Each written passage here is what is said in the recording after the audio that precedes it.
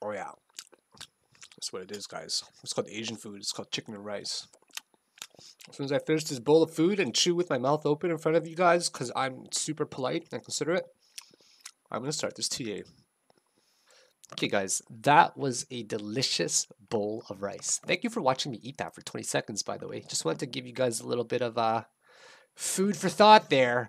So, guys, it's now June the 12th. It's about 6:30 Central, 6:30 p.m. Central Standard Time here in Manitoba, Canada.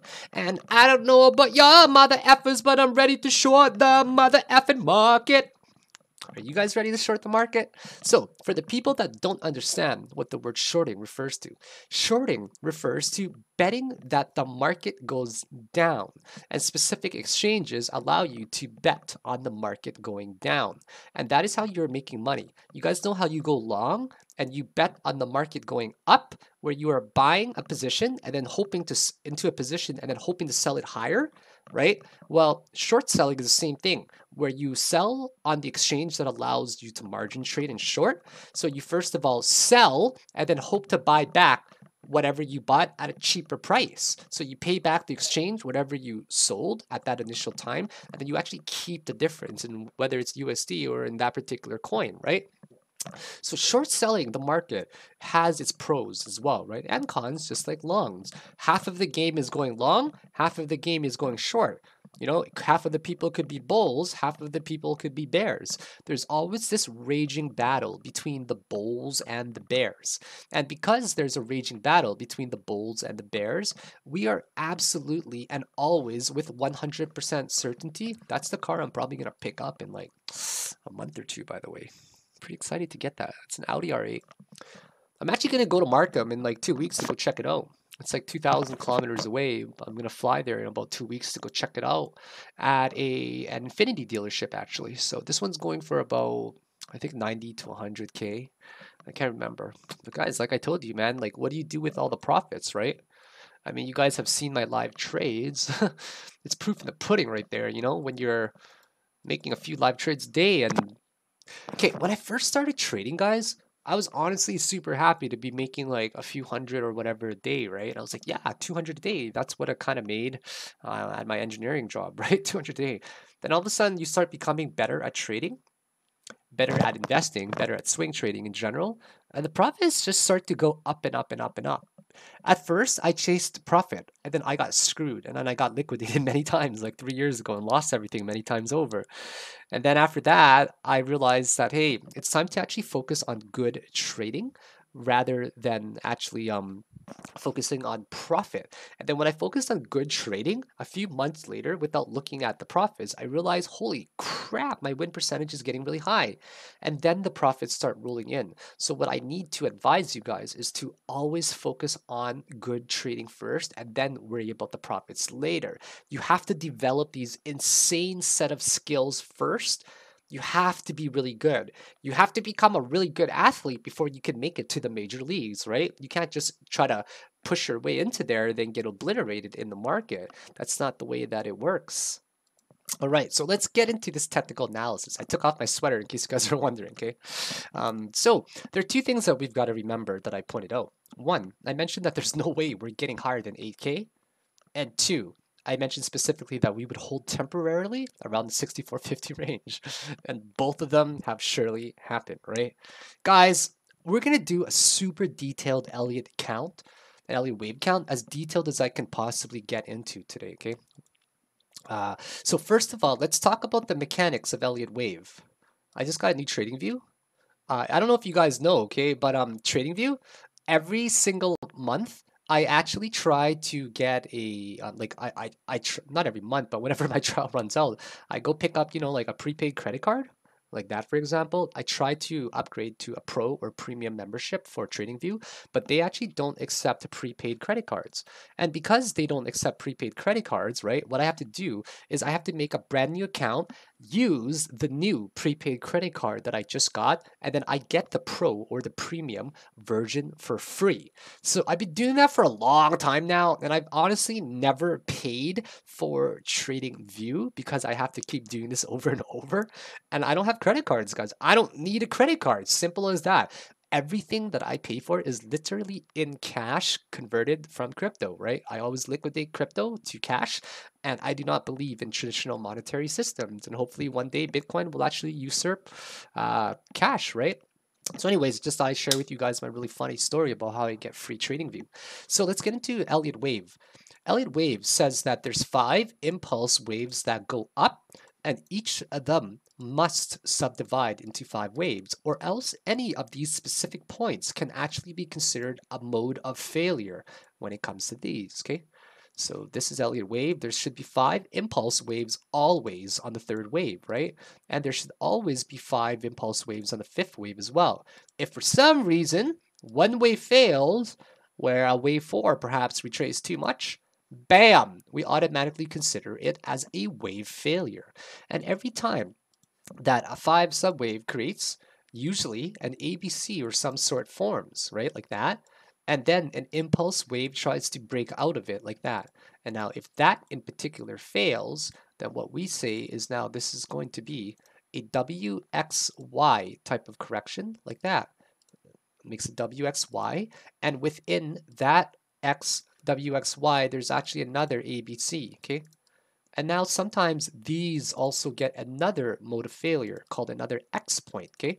Now, if there's another X point that fails, then unfortunately we will end up getting a triple like that, okay? So yeah. So then we got WXYZs, W, X, Y, and Z like that. So now we've got actually an 11 wave structure. 1, 2, 3, 4, 5, 6, 7, 8, 9, 10, and 11. WXYs have 7 wave structures, and traditional zigzags for ABC only have a 3 wave structure. So we have to remember that.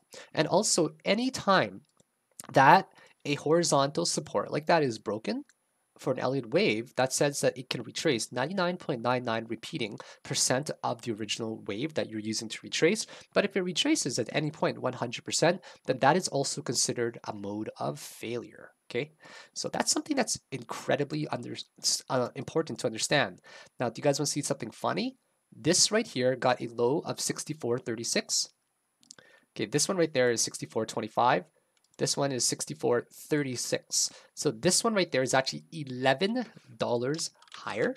So when we say 64.25 divided by 64.36, this guy has actually retraced 99.829% so far. So it hasn't technically failed for this part yet, but it has actually failed already in terms of the impulse moves going up. So now I'm going to annotate this for you guys, okay? I'm going to annotate this just like this, where we get, this could be a W, this could be an X, that could be a Y, that could be another X, that could be, oh, sorry, I'm doing this completely wrong. This could be the W, that made the original ABC, that made the X, that made the Y, that made the other X, and here's where I think Z is going to end up. And I don't know about timeline. Don't ever take my timeline seriously. But that is where I think it's going to end up, okay? Now, let's talk about the word conviction, okay? Conviction is a very powerful word when it comes to trading. And the reason why it's considered very powerful is because it can depict modes of failure for these support points, right? So when something breaks down with conviction, it must meet certain criteria, such as volume, right? And it must break down far enough to the point where a bounce is not likely to break above the former support that is now a resistance, okay? So what it likes to do is it likes to break down with conviction, and eventually it will test or try to test the former support that now acts as a resistance. And a lot of the times, I gotta stay in drawing mode. A lot of the times it actually doesn't bounce off of it. Like, it doesn't actually go back up into it, right?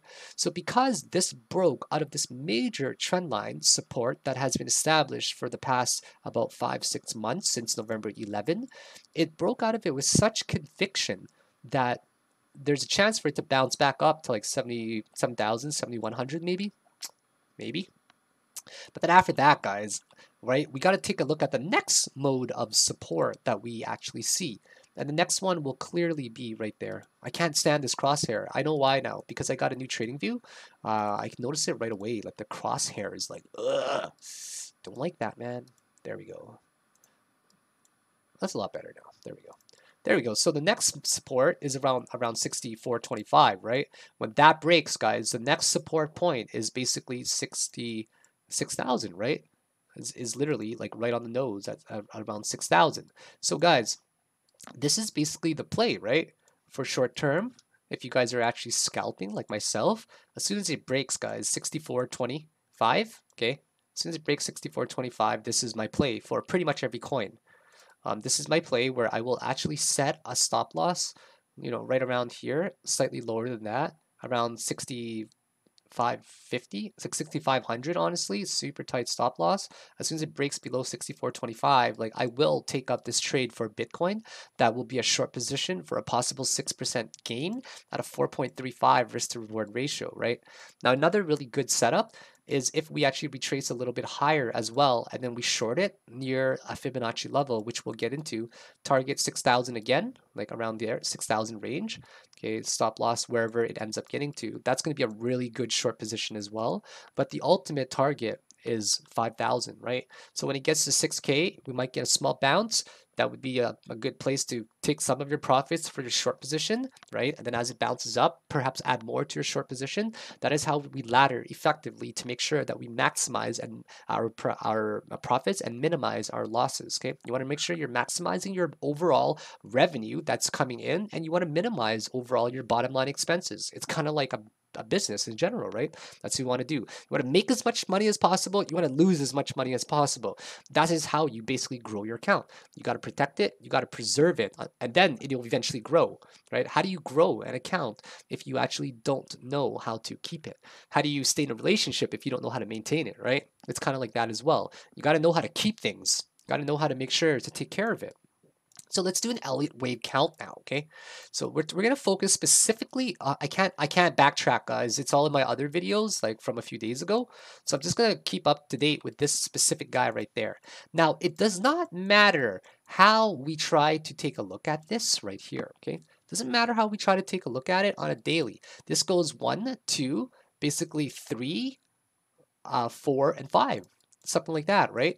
That is how it works out to be. Let's draw it on something like this time frame here, okay? So it goes something like this, where it goes 1, obviously, 2, right? That's got to be 2. There's no other choice. 3, this is going to be 4, right? And this is 5. That's the only way that we can really take a look at this right now, all right? That's 1, 2, 3, 4, 5. That's how I'm seeing it, man. So yeah. So let's say now that I consider that as my waves 1, 2, 3, 4, 5, then I would need to consider this right here as ABC or ABCDE, whatever, right? Perhaps A, B, C. Yeah, that's an ABCDE, all right. ABCDEs can also be found in these substructures sometimes as well. So that's an A, B, C, D, and E.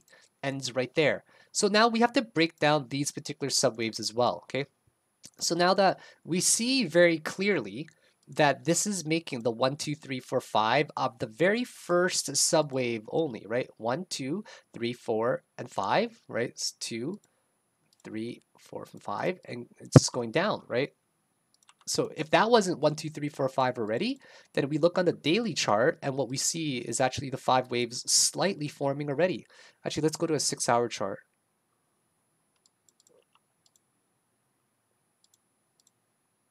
Okay, 6-hour chart would be good. So check out the 6-hour chart, okay? There we go. So now we're actually seeing this structure right here forming already. 1, 2, 3, 4, and that's the 5th one coming down, guys, where we're going to bounce off of the 6,400 region roughly, right? So now I'm going to show you guys something that's going to blow you away, first of all, okay? So let's do something called a Fibonacci extension target, right?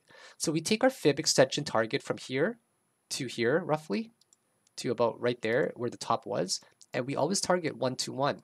And what do you guys see? You see the target right here at $5,800, okay? Do you guys see this right here? $5,800. Let's actually make this the way that I like it. So take a look right here, okay? You guys see the 1-to-1 extension ratio right here. I don't use these guys too much. 1-to-1, 1.618. Okay, now check that out right here. Okay, there's the 1-to-1 extension right there.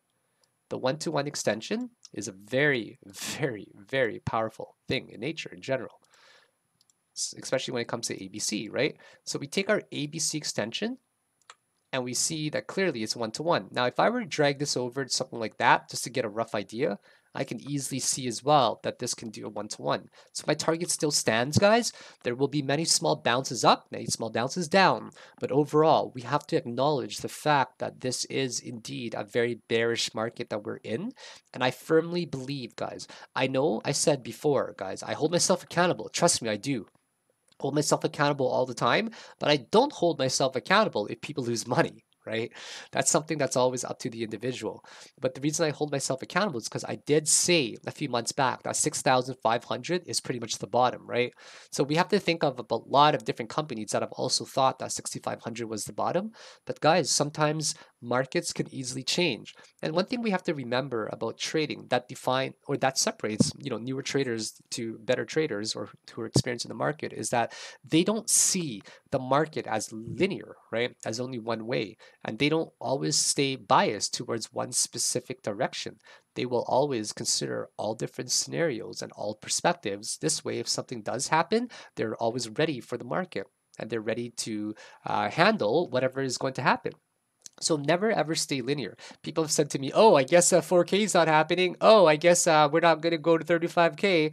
It's like those are really amateur things to say because we have to focus on the end game, which is figuring out, first of all, if you guys are a day trader. Are you a day trader? If you're a day trader, then my calls and my TA is definitely going to benefit you. Are you a swing trader? Right? Are you a swing trader? Are you going to be waiting for a long time to enter it as well? So there's so many different variables as well that you have to consider. Like you guys have to understand that markets go up, markets go down, right? That's just the nature of it. You should never focus on just predicting the market. You should focus on predicting the market while also reacting to it. Because this way, you never get overly exposed, in my opinion, and you don't really enter too many bad setups, right? Once you try to figure out what the market is doing, and once you stay on top of it very often, you're going to have a much broader idea of just having like a connection with the actual trend, right? And so Bitcoin right here to me is doing 5 waves in this particular sub wave right here. Okay, that's 5 waves in there, and it's almost done, right? And I think we're gonna get a retracement to up there, honestly. And then we're gonna, do something like that where we're gonna test 6K, and then here you go. Then we're eventually gonna come down. Now, do not ever look at time analysis. I don't do time analysis, guys.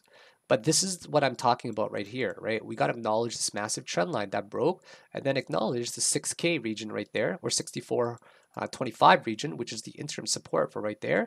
So if that one breaks, you're looking at a really juicy short position, right? Like what I plan to do is this. I am a very conservative player. As soon as it breaks 64.25 with conviction, I will enter a short position to target only, believe it or not, 6K, right? I will take some of my profit there at 6K, right? If it bounces to 6,100, 6,200, I add more to my short, right? As long as I minimize some of my risk by shedding some of it off the table, and I also take profit by so I can actually play with the house money as well, right? So then after it hits 6K, whether it bounces slightly, I will add more to my position, and then when it breaks the 6K barrier, guys, that is where it's going to be a free fall, and people will be adding a lot more to their position. So always consider it like this: you are in a position, then you are going to take some profit where you should take profit, like on a dip, like on the peak, a high when you're going long, or on a short, right? And then you add more profit. If you're going long, you add more on the dip. If you're going short, you add more when it goes a little higher, right? And that's what you should be constantly doing. When it breaks a key resistance point, what you want to do is add more on strength to your position. When it breaks a key support point, add more to your short. But always designate a position size for each trade, right? You got to make sure you guys are going through position sizing formulas, etc., like that as well, because you don't want to just play your maximum balance. That's how you get liquidated, okay? I'm going to show you guys something really funny if you guys haven't seen it yet, okay? I'll show you guys it on my Twitter right here. Yeah, this is pretty much yesterday, right? These guys are pretty much a lot of people who were scared and did nothing, right? This guy right here, he's in profit. That guy's in profit, that dog. That's me, obviously. chasing the big black dildo. That's me right there. Oh, sorry, big black stick there.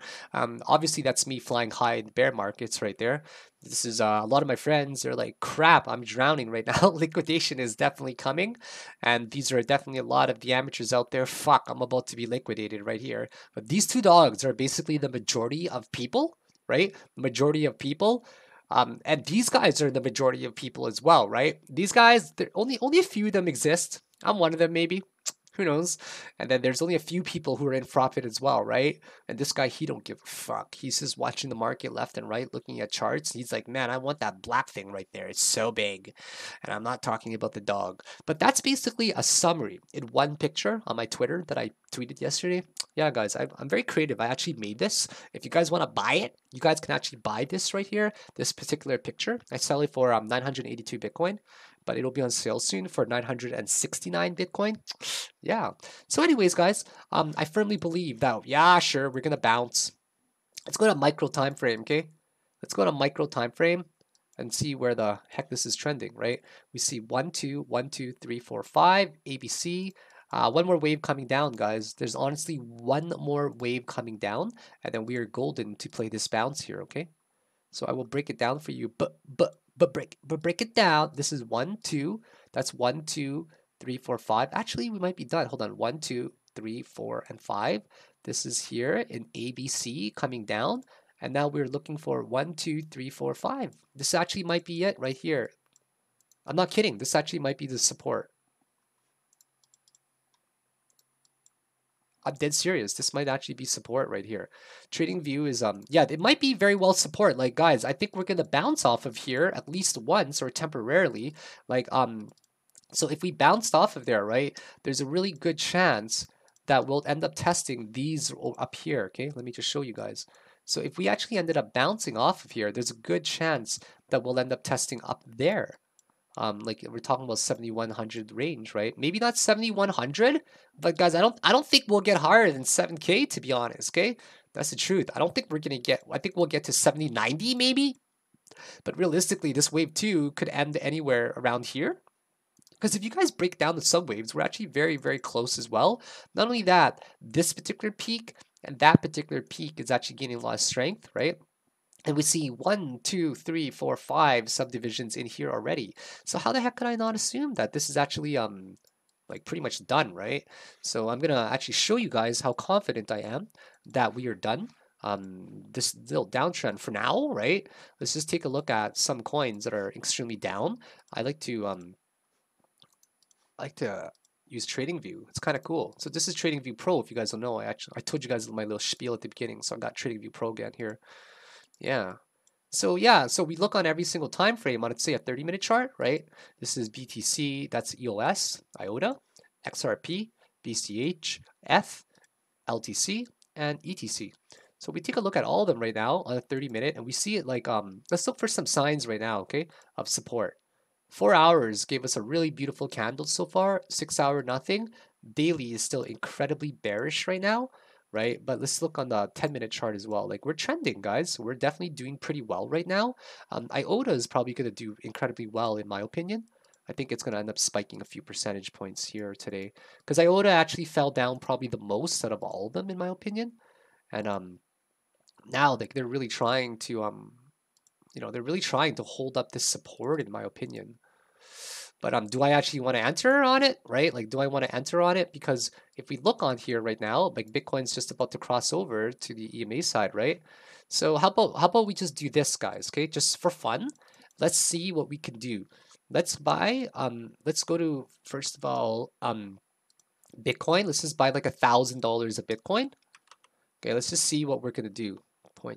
Let's just market order all of this. Okay, let's just buy like 2.5, whatever that is. Let's just buy a $2,000 position for every single one. Actually, let's say 3K. Let's say 3K, like around 3K. Let's margin that. Let's go to I don't like Ethereum really. Yeah, I'm not a fan of Ethereum, man. I'm not trading Ethereum. Let's buy EOS. Just buy 2,000 EOS. Okay. Oh, that's a lot. That's 3,000. Okay, let's buy 10K of EOS. A 10K position. No, I don't want to play 10K. I want to play 750, even 500. I want to play many different positions, okay? 0.4. Let's see if we can do something decent here. Actually, oh wow, it's been market executed already. Okay, that's good. Let's go Ethereum Classic. Let's just buy like 300, 400, like 300 Ethereum Classic. Okay. Now let's also buy a little bit of IOTA. How much is IOTA? Let's buy 2,000 of IOTA. Look at my liquidation price. It's literally 0. I've got a lot in my exchange, in my margin account on this one right now. Let's buy a little bit of Ripple. Let's buy 5,000 Ripple. Okay, I think that's good, right? So I'm just gonna try to play a small little long bounce here. I've got 5 charts here. Let's buy some Litecoin as well. Okay, let's buy 50 Litecoin, maybe 35, 30. There we go. Okay, so now I'm not in a decent sized position. I think I'm in like a $20,000 position altogether, and that is it, guys. Gonna see how this plays out. Maybe I'll get stopped out. Who knows? I haven't even designated my stop loss for any of them yet. I'm just going to play it by ear and see how this goes. Hey, if I get stopped out, big whoop, I lose $200, $300, right? At least I'm taking a chance. Without risk, there's actually no possibility of reward. There's a good chance I'm going to get stopped out, to be honest, but the risk to reward is so good right now. Probability-wise for this play, very low. Do not follow me. Do not chase me. I'm more so doing this as well for entertainment, okay? Just so you guys can see how ballsy I am the majority of times. I see a potential to make a very good profit if this actually ends up bouncing. Like we're talking 3-4% on each position, right? So 3-4%, like $150 to $200 per trade. Okay, I'll gladly take this particular trade, right? It's going to be a decent sized profit in my opinion. But if we break below the 64.25 region, no problem. I will take my stop. I will cut my position so freaking fast, guys. You have no idea, okay? But I don't believe we're going to break down until we actually finish this subwave 2. But I will definitely take the chance because, once again, without risk, there's simply just no possibility of reward. Now, the number one question people have been asking me is this, and I know a lot of you guys are in this boat right now. And don't even lie to me. I can see the look on your faces right now. I can feel that you guys are screwing up right now. You guys are probably wanting to ask me, okay? The market tanked. I was in a long position. I didn't stick to my stop loss, and now I'm down 50%. I'm down 30%. I'm down 20%. What do I do, right? Rule number 1, stick to your stop loss. Rule number 2, if you actually do not stick to your stop loss, what you have to make sure that you do, guys, is you have to designate a new stop loss. If you did not stick to your stop loss, do it right now. Designate a new stop loss and stick to that stop loss and do not waver from it. And if it goes to your stop loss and you get stopped out, you guys take a look at this. It's all green across the board now. You guys see this? It's all green across the board. So if you guys you guys designate a new stop loss, okay, if it gets to it, you cut your position. But just because it bounces back up and recovers, right? You guys cannot say to yourself, darn it, I should have just held. Why didn't I just hold? So sometimes it happens, and you guys cannot get into that crappy ass mentality, okay? You can never ever do that, guys. So let's get into some of this trade. If you guys would also like to see me, you know what? Nah, I'm going to save the live trading for other videos. But as you guys can clearly see, I am in the green already. And I'm not playing big positions, guys. Not playing big positions. So other than that, have yourselves a great day. I appreciate you guys watching my video. I do not see it getting higher than about 70, 90, 7K at the highest. I do see a short-term bounce at the 6,400, 6,450 region, right? We might just test it once for a small bounce. I do see it breaking eventually below 6,425 regions and hitting at about 6K for a possible short bounce, right? Maybe for the third impulse wave, and then we go up to the fourth, and then the fifth wave down, I do see it hitting at 4,800 based on all the confluent factors that I personally see. So I hope you guys stay extremely cautious, baby whales. Stay cautious, baby whales, tiny penguins, and mini little dolphins. Make sure you guys are staying cautious, okay? This is a bear market. If this is your first time in a bear market, make sure you guys are just dabbling. Make sure, or dabbing, whatever the word is. Make sure you guys are just wetting your feet, right? Make sure you're just wading in the water a little bit. Don't go all in these bear markets and try to catch a knife, because I promise you guys with 100% certainty that you are destined to fail, to ultimately fail in a bear market. Because imagine guys like me who short them. Not that I play with a big amount. I'm only playing up to 100K. But imagine guys, with my skill set, right? But a lot of us who specialize in bear markets, that our one job is to ruin people like you guys who want to go long right now, because we are shorters, okay? And these guys are leveraging these walls to 100, as you guys saw a few days ago, right? I leveraged 10,000 Ethereum Classic, right? I leveraged a $150,000 position to short the market, which I had every intention to fill. It was not spoofing. It was not being unethical. It was actually putting up a position that I intended to fill. And it actually drove down the market by about 5% when my group of friends and I, who played with a few $1 million all together, ended up creating a bunch of artificial walls. So imagine guys like that you're playing against, not artificial, but walls that are there that are hidden, is what I meant to say, okay? With the intention of filling, to be clear, since I don't spoof and I'm a very ethical trader. But imagine playing against a lot of bears in the market whose sole job is to destroy you. You don't want to play in the market, guys. You're destined to fail, unfortunately. And I just want to see you guys not fail. I want to see you guys succeed. I want to see you guys develop good habits as a trader. And hopefully over time, I get to see a lot of your progress as well. So once again, guys, I do apologize for not getting to everybody answering the questions wise on Udemy. And if you guys have not been processed yet, if you paid for the Udemy course, which I truly appreciate the support, by the way, guys, make sure to reach out to me on Twitter if you've already sent payment. And I actually have not processed your payment yet. And other than that, have yourselves a great day, guys. Thank you very much for watching these videos, and I truly appreciate the love and the support. And by the way, I reached 100,000 followers, okay, on Twitter. So make sure to give me a quick congrats to let me feel a little good about the day. See you guys. Bye.